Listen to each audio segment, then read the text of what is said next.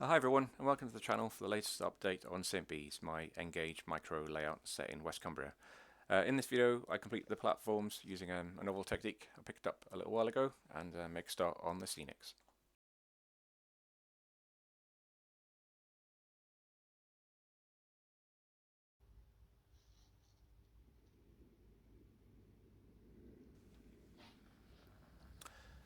So at the end of the last St. Bees update, I had the track laid and the platform edges in place.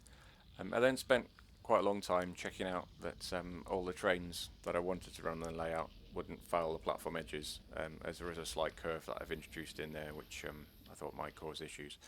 So yeah, I had a lot of fun sort of running quite a lot of trains just to make sure that everything was going to work smoothly. Once I was happy that all was good, I then decided to finish the platforms before ballasting. And the technique I used for this was one I've used on Crow Road, and I first came across it from the great Deltan YouTube channel, which I'll put a link into the description below. Basically involves filling the gaps between the platforms with polyfiller, which you then smooth until it's nice and level. Once it's dried, you then sand it, add a second layer if you need to, as sometimes the original layer sinks a little bit, and then sand it and repeat. And then you end up with this nice, solid, flat surface for the platform. And so to use this technique, I needed to build up the edges of the platform, as on the non-track side, there wasn't one. I needed to build up a little frame into which to apply the polyfiller. And for this I used some leftover plastic card glued vertically with some leftover cord and cork left over from the track bed. For the other around the station buildings, or the future station buildings, I made up a mock-up of the floored area in thick card, taking the measurements from Google Maps, and then glued the plastic card around the edges.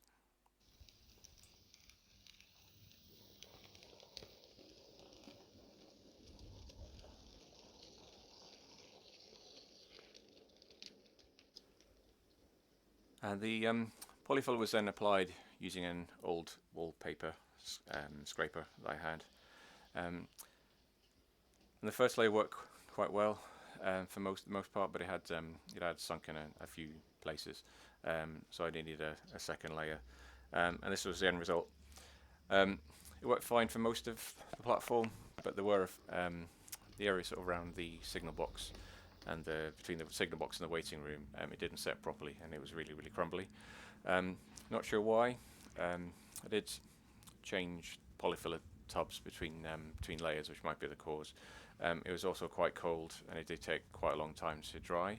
But yeah, not quite sure why it didn't set properly. But I'm going to leave it for now. I need to address this area again in the future when I'm doing the buildings. So yeah, just gonna leave it and crack on.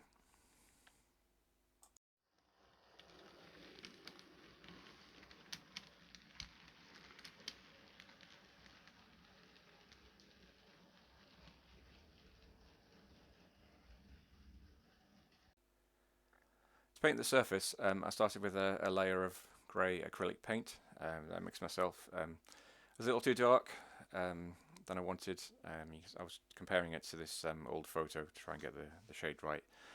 This is more sort of, to me, freshly laid tarmac rather than sort of 1920s station platform.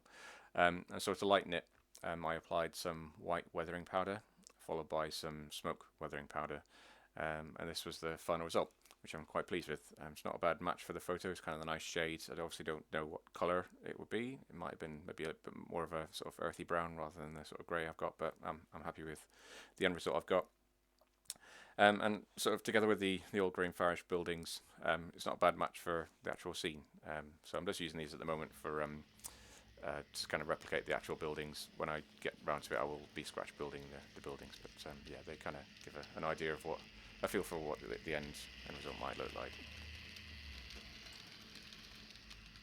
And the next step at this point for me normally would be to ballast the track, but it was quite cold in the garage, and I've had issues with slow drying ballast in the past, causing warping, which happened on my Hardendale layout when it was a box file layout.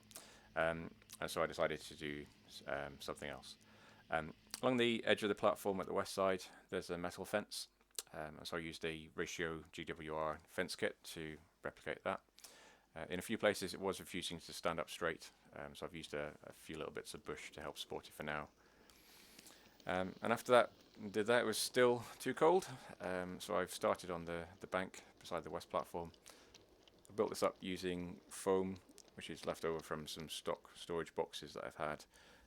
Cover that in masking tape and then paint it in burnt umber acrylic paint.